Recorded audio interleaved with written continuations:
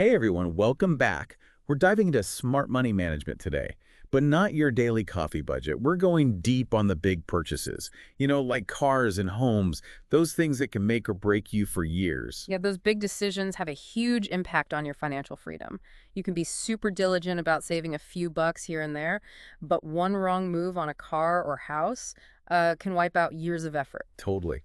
We've got J.D. Roth's book to help us navigate all this, full of practical tips, and this wild story about a guy who says his best investment is, get this, a 1997 Geo Metro. I'm skeptical, but hey, open mind, right? You know, it's crazy how much we overemphasize the small stuff. Roth talks about getting a free Frisbee from a bank account. He ended up paying like $1,500 in fees over 15 years. $100 a year for a Frisbee. Ouch. So don't get distracted by the shiny free stuff. It's about nailing those big, infrequent decisions. And speaking of big, let's talk cars. Hot take coming in? Cars are not investments. I'd go further. They're one of the worst purchases financially. A new car loses 20% of its value when you drive off the lot. By year 7, it's a 65% drop. Wow. Okay, imagine this. You buy a new car for $30,000. 3 years later, you want to upgrade. It's probably only worth like $18,000. That's 12 grand gone. Now, what if you got a 3-year-old used car for that $18,000? Same functionality, but fraction of the cost, and you avoid that huge depreciation. The financial logic is clear. But we do live in a car-centric world. Practicality matters. That's where buying USED comes in. My wife, for example, got a used Honda Civic 15 years ago, and guess what? She's still driving it. That's amazing. I bet there's a story there. Oh, yeah. This was pre-internet, so we were hitting the pavement, newspapers faxing offers. We even did this fax attack to get the best price. A fax attach. Basically, we faxed our offer to a bunch of dealerships, created this competitive frenzy. They kept coming back with better offers. It worked like a charm. But now you've got online tools like Kelley Blue Book and Edmunds. Makes research way easier. Definitely. Speaking of online resources, a lot of people are probably wondering, it's like, how do you actually buy a used car? What are the tactics to get a good deal? Number 1 rule, do your homework. Know the car you want. Research its value. And sort out your financing before you even go to a lot. Yeah, that pre-approval is key. It gives you a strong negotiating position. Right. And when you're at the dealership, be patient. Dealers love to play the hurry-up game. Don't fall for it. Take your time, visit multiple places, and remember, you hold the power. Don't like the price, walk away. There's always another deal. Speaking of walking away, here's a tip. Don't trade your car in at the dealership. You'll get a better price selling it yourself. Oh, absolutely. And when you do find a car you like, don't just do the block test drive. Really put it through its paces. Long commute, highway driving, hills. Test that climb. Make sure it fits your life. It should be more than a joyride. Practicality matters. Exactly. Now for the main event, negotiation. The salesperson wants the highest price. You want to stay cool, calm, and collected. It's a dance, not a battle. A collaboration to reach a good agreement for both sides. I like that. So how do you master the deal? Control the pace. Don't be rushed. Focus on the out-the-door price, the total cost. Don't get lost in monthly payments. And be ready to walk away if you're not feeling it. Walking away is powerful. It shows you're serious, and they hate that. Okay, so you got your car, but the spending doesn't stop there. The average car costs, wait for it, 54 cents per mile to operate. Yeah, so the real win is driving a car for as long as possible.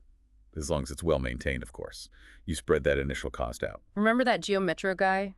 10 years, 180,000 miles, still going. Now, I'm not saying we all need microcars, but it shows the potential savings of keeping a car running. And car maintenance isn't rocket science. A lot of it is simple, consistent stuff. Like actually reading the owner's manual. I know, right? It sounds boring, but it's gold. Follow the schedule. You'll avoid so many headaches. The roadmap for a healthy car life. And let's bust a myth, the 3,000-mile oil change. Most cars are fine with 5,000 miles, even 6 months. Unless you're in extreme conditions, 3,000 is overkill. It's wild how these myths stick around. Right. Another tip?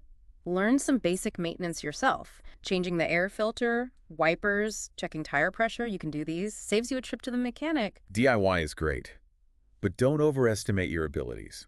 Some things need a pro. Safety first. Good point. And now for a radical idea.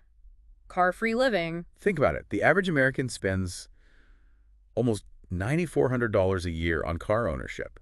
Imagine what you could do with that money if you ditched the car, It's mind-blowing. I know it's not for everyone, but for some, it could be life-changing. especially with gas prices and being environmentally conscious. Exactly. You've got alternatives, public transport, biking, walking, even scooters. And for those times you do need a car, there's Zipcar. Finding what works for your life and budget. Now let's switch gears to another big expense that feels like a luxury: vacations. Everyone deserves a getaway, but those travel costs can be scary. Slow travel is a good approach. It's about prioritizing the experience over luxury, immersing yourself in the culture, and really enjoying the journey. Sounds amazing. It's about quality, not just ticking off a list, right? Yeah, exactly. It's about creating meaningful experiences. I love that. But even slow travel needs some budget smarts. How can we minimize travel costs without ruining the experience? Travel off-season. Prices are lower, fewer crowds. Plus, you get a different side to the place. Away from the craziness. What about accommodation? Hotels are expensive. Vacation rentals, like VRBO, are a good alternative. More space, often a kitchen, and usually cheaper. It's like having your own little home away from home. And if you're really adventurous, there's home swapping. Stay in someone else's place while they stay in yours. Win-win. Talk about a budget-friendly adventure. And don't forget hostels. Great for budget travelers, especially if you're okay sharing a room. Yeah, and hostels are a good way to meet people from everywhere. You know, sometimes the best adventures are closer to home. Ever thought about a staycation? Staycations are all about rediscovering your own city. Like you're a tourist. You'd be surprised what hidden gems you find. It's all about perspective. Be a tourist in your town. Museums, parks, new restaurants. You might even find free events. Totally. Sometimes a change of scenery is all you need. Okay, let's get more adventurous. How about travel beyond the typical tourist traps? Have you heard of couch surfing? It's a hospitality exchange. Stay in someone's home for free, either on their couch or in a spare room. Wow, that takes trust. It does. But you connect with locals. Experience the destination in a totally different way. And for those who like giving back while traveling, there's volunteer tourism. So many organizations need help worldwide. They often provide food and accommodation for your time and skills. It's a fantastic way to make a difference and have a really meaningful experience. What about work exchanges? Work exchanges are trading your skills for accommodation and often meals.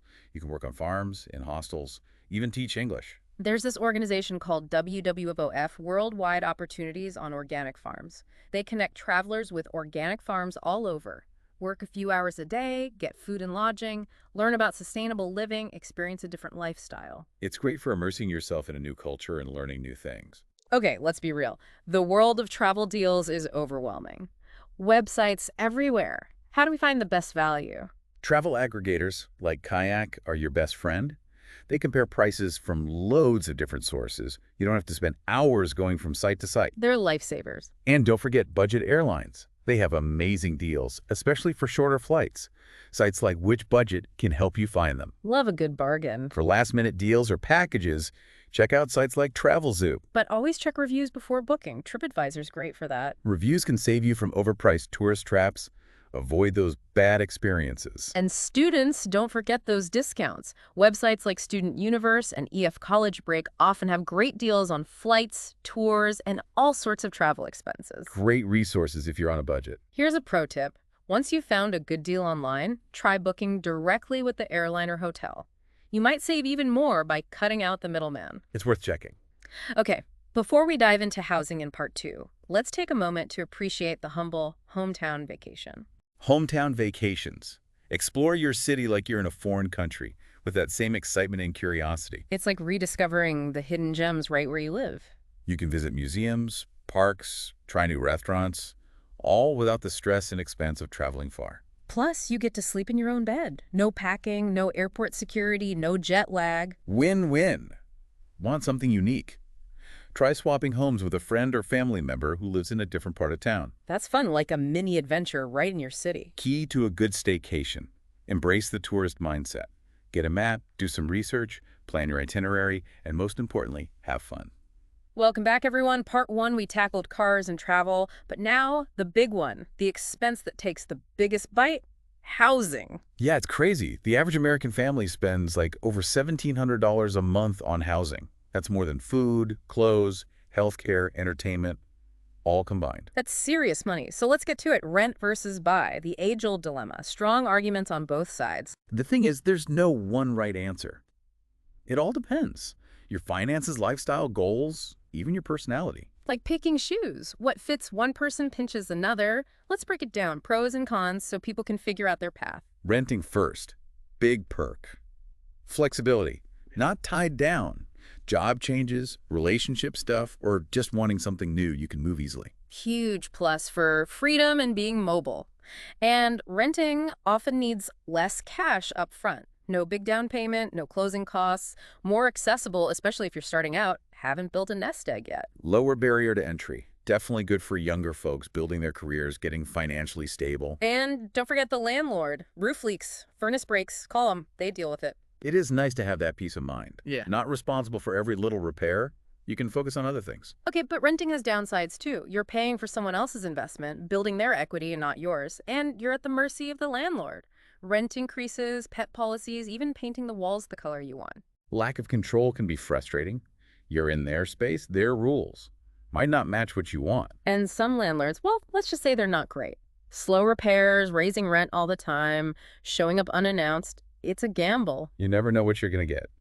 Now let's look at owning a home. The American dream, right? Owning your place. But we got to look beyond the image and see the reality, good and bad. One big argument for owning. Building equity. As you pay your mortgage, you own more of the home, creating an asset that can go up in value. Like forced savings, but with a potentially way bigger payoff. And unlike renting, you can customize.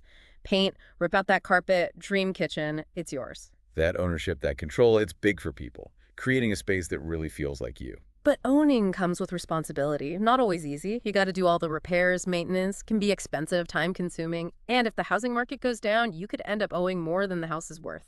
Underwater, they call it. Yeah, that's the risk of any investment. Big rewards, but potential downsides too. And don't forget the hidden costs. Property taxes, insurance, HOA fees, they add up. Easy to get caught up in the excitement of owning and miss those little things that hit your budget. Like buying a gadget and forgetting about batteries, accessories, maybe the warranty. Adds up. So renting and buying both have pluses and minuses. Weigh it all carefully. Choose what matches your life and goals. No right answer, only what's right for you. Feeling lost? Talk to a financial advisor. Get personalized guidance. Great advice. Always good to get an expert's opinion on big financial decisions. Now, let's say you've decided owning is for you. Buckle up. Buying a house is a roller coaster. It's definitely an adventure. Highs and lows, exciting and frustrating, all at the same time. So here are some tips to survive the ride and get those keys. First, get your finances organized. Know your credit score, your debt-to-income ratio, and get pre-approved for a mortgage. That pre-approval is huge. Show sellers you're serious, and you know how much house you can actually afford. It's like a VIP pass in real estate. Sellers take you more seriously. You're ready to make a move, not just looking around. Now, you need your dream team. A real estate agent to guide you, a mortgage lender for the best loan, and a good home inspector to avoid any surprises. You want experts you can trust. They'll answer your questions, help you avoid expensive mistakes. Your support system in the crazy real estate world. Now, tips on finding your dream home. Number 1, know your non-negotiables. Those must-haves you won't compromise on. Locations, size, bedrooms, a backyard for your dog. Knowing those makes your search easier. You don't waste time on places that don't fit your needs. Quickly filter out the wrong listings. Saves you time and energy. Don't be afraid to think differently. Fixer-uppers, homes in up-and-coming areas, those can be great opportunities. That's where you find the deals. A place that needs some love, you can customize it exactly how you want. Like a blank canvas. Yeah. And always get a home inspection. Couldn't agree more. It can uncover hidden issues that would cost you a fortune later. Like a checkup before a relationship, make sure there are no surprises. Worth every penny for that peace of mind. You found the one. Time to make an offer. This is where things get tricky. Having a good real estate agent really helps. They help you make a strong offer, negotiate with the seller, handle the complicated contracts. They're your negotiator, fighting for you. Here's some advice. Don't be afraid to walk away if the deal feels wrong. Walking away could be the best thing you do. There's always another house. Trust your gut. Don't settle. It's like dating. You don't settle for the wrong person just because you've spent some time with them. Right.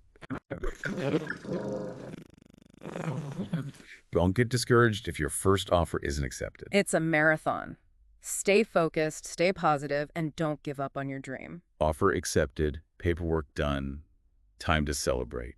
You're a homeowner. You worked hard, saved, navigated the craziness. You have your own place. What a great feeling. Now, something people forget in the excitement. Maintenance. Owning a home, it's like a never-ending to-do list. Always something to fix, clean, upgrade. It's a lot, but you got to stay on top of it. Or small problems become big, expensive problems. Like your health. It's easier to prevent than deal with a big illness.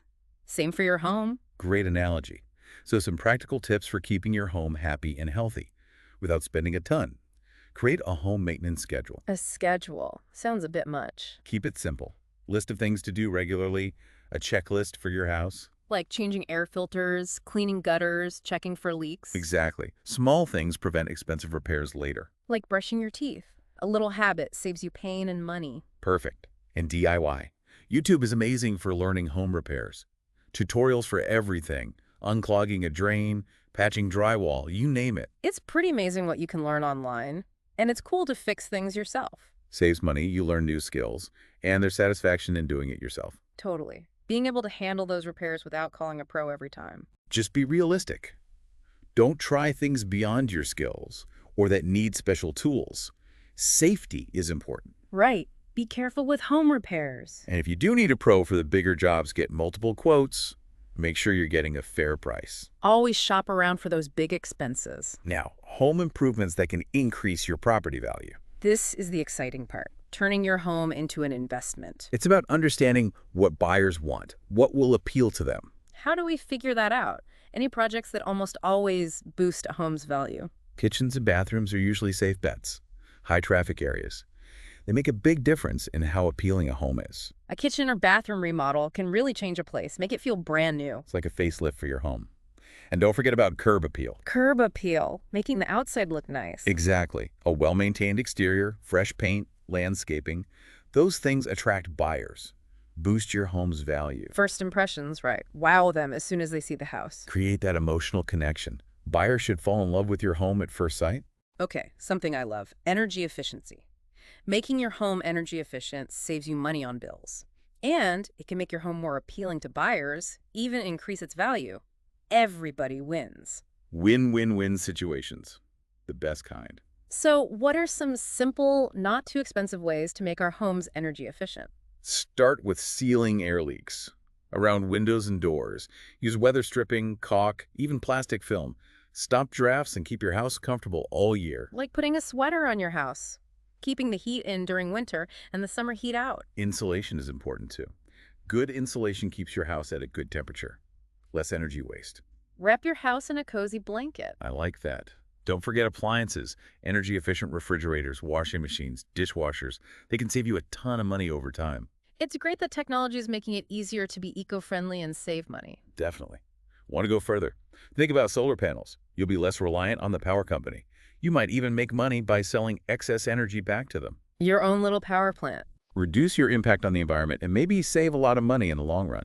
As we finish up talking about housing, let's remember the emotional side of owning a home. It's not just money. It's memories, traditions, a place to feel safe and comfortable. A place to be yourself, surrounded by loved ones and things that are important to you. It's always changing too, as your life and needs change. Owning a home is a process. You need flexibility, patience, and to be okay with the unexpected. It's full of challenges and rewards. Those moments of, overcoming obstacles and those good feelings make it all worth it. Well, there you have it, part 2 of our deep dive into smart money management. We've covered a lot. Renting versus buying, how to buy a home, the emotions of home ownership, and even making your home more energy efficient. We've looked at making smart decisions on those big expenses, but not giving up the things that make life good. All right, welcome back, everyone. This is it, the grand finale of our deep dive into smart money management. We've covered some big stuff in parts 1 and 2. Cars, travel, and that whole housing world, it can get complicated. We have. But really, it all comes back to one idea. Smart money management isn't about saying no to everything.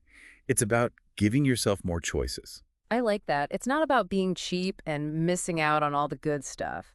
It's about making smart choices with your money so you can enjoy what really matters to you. Exactly. Travel, starting a business, maybe you've got a hobby you're passionate about. or just spending time with people you love. It's about making sure your spending matches what's important to you, so your life feels good financially and emotionally. Yeah, it's about getting off that treadmill where your paycheck disappears as soon as you get it. Instead, you're in control. You're making choices that build the future you want. It's like shifting your thinking from feeling like you never have enough to realizing you have the power to create a good financial life and make choices that support your dreams. I think that's a perfect takeaway from our deep dive. Knowledge is power. When you understand how to manage your money well, you can break free from old habits and start making decisions that build a life you love. And it's a journey, not a finish line. There will be ups and downs, unexpected costs, the market might change. Maybe you make a few impulse buys you regret. The key is to keep your eyes on your long-term goals. Keep learning, keep adjusting, and celebrate those small wins along the way. So true. It's about progress, not perfection. Those small, consistent choices, they make a big difference over time. And don't forget to enjoy the ride. Don't be so focused on saving and budgeting that you forget to live a little. Find those things that bring you joy, those experiences that make life worth living, and make them part of your financial plan. Okay, as we wrap up, one final question for you. What big purchase are you planning right now? How can you use what we've talked about to save money and make a choice that really fits your values and goals? It could be anything, a new car, renovating your home, that dream vacation you've always wanted, maybe investing in your education or starting a side hustle. Whatever it is, think about how you can approach it with a plan. Be prepared and commit to choices that make your future better. We'd love to hear from you. Share your plans and money-saving tips with us on social media. Let's build a community of smart spenders, supporting and inspiring each other on this journey to financial freedom. And remember, this deep dive is just the beginning. There's always more to learn about personal finance. We're excited to keep exploring it with you, uncovering those little nuggets of wisdom and helping you create a life you love, one smart financial decision at a time. Until next time, keep learning and keep those wallets happy.